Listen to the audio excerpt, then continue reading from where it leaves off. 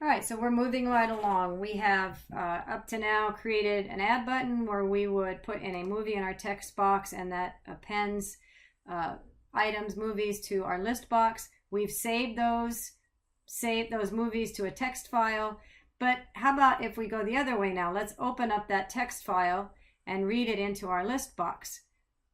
And then we can continue on to, well, let's just do it. So here's what we're working on this particular example. So we're going to open up a file. And I'm going to go to that favorite movies text file and open it up. And I've added a movie or two since our last video, but we see that all of the records that are in that text file are now added to my list box. I still have the ability to double click on one or add another movie, James Bond 007. I'm sure that's not the name of the movie, but that's okay. And then continue with what we've already have is we can save it to what we've got going on there, replace it, and we should be good to go. So actually now if I hit open, it's going to append onto what we've already got. So we probably also need to make sure we incorporate the ability to delete what's already in there and add the new files. But at least now you get an example that it is definitely working and appending whatever was in the text file into our list box. So let's figure out how to make all that happen. Fantastic. All right, so what we'll do is go back into our form design. We need to add that button. So I'm just going to copy and I'm going to copy and paste that button. Must still be in something running. So let's see, view, toolbox, and click on my form. And I'm going to pull over a button.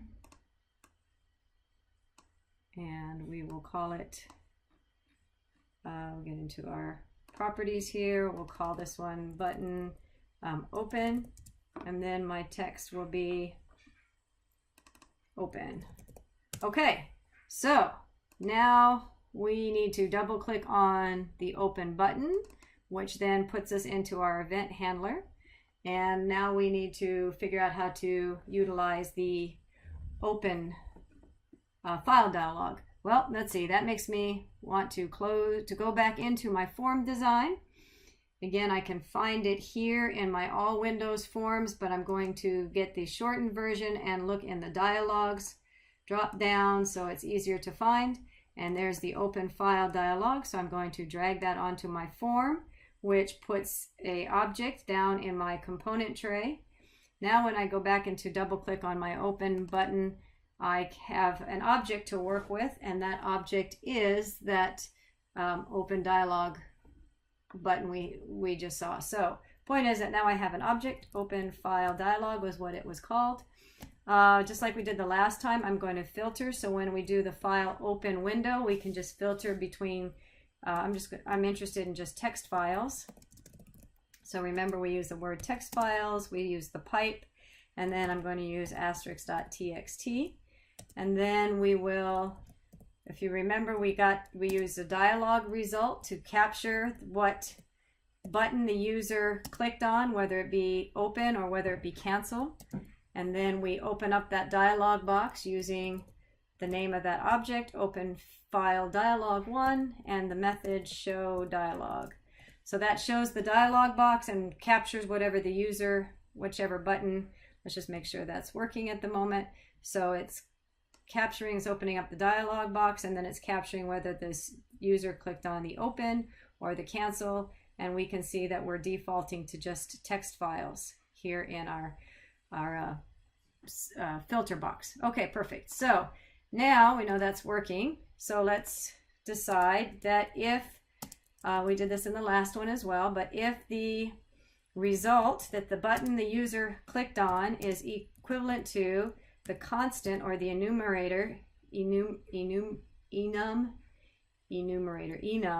value of cancel. In other words, the user clicked on the cancel button.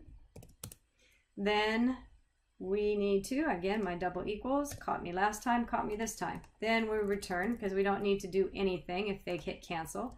Otherwise, they chose open, so we want to open up that file. So we're going to use a stream reader this time. Remember, we had to have the just a refresher, we have to have using system.io in order to access. We need that namespace to access the StreamReader class. So StreamReader is equal to new StreamReader, and the file that we need to open is the file that the user typed in or clicked on in this open file dialog object we dragged onto our form initially. And then we can just get the file name. Let me close out this window so we have more space there. Dot file name.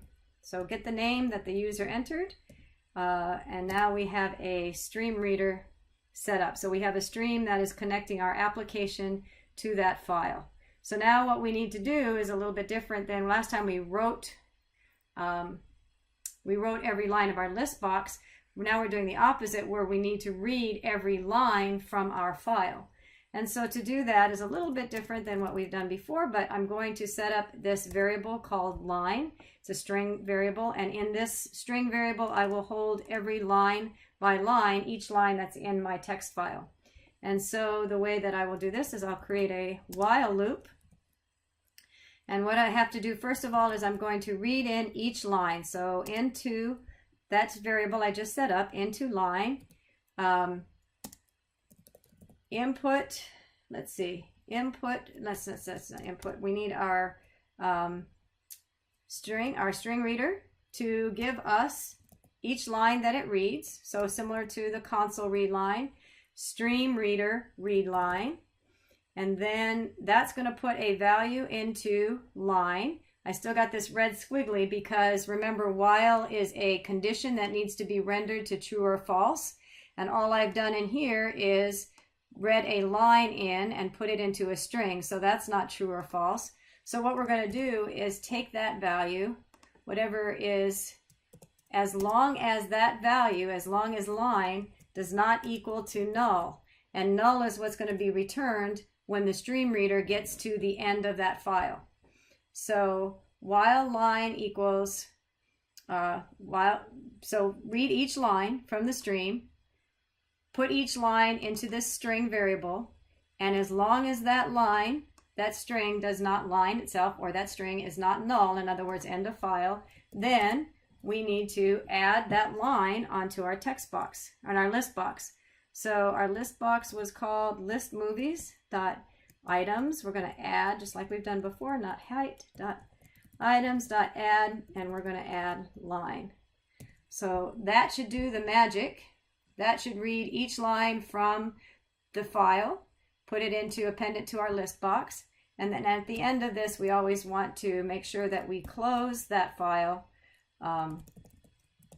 stream so that it's available, it's opened up again in case we want to write to it, because we're reading and writing to that same file potentially. So we need to make sure we close it, and let's just make sure that works.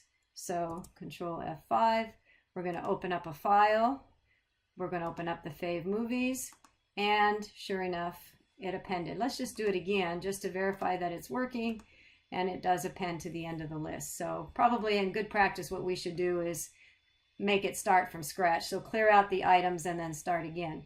But for demonstration, it certainly is showing that this part is currently working. And then the rest of this code should, so because we've closed that favorite movies text file, we can add to it again, because once we try to add, again, let's see, what's another movie? I'm on the spot and having to come up with movies. Oh, Lilo and Stitch. How could I forget Lilo and Stitch? Okay, so we add that to the end, and now all of those files, if we save, are going to save to Fave. Let's do another, a new list, and let's just see that happen. So presumably that all worked. I'm going to go into my Explorer just to pull out that new list and verify that that worked. So here's my desktop. Should refresh, there it is. Hit refresh, there's my new list, and there's all of my movies. So now we have successfully opened from a text file and written to a text file.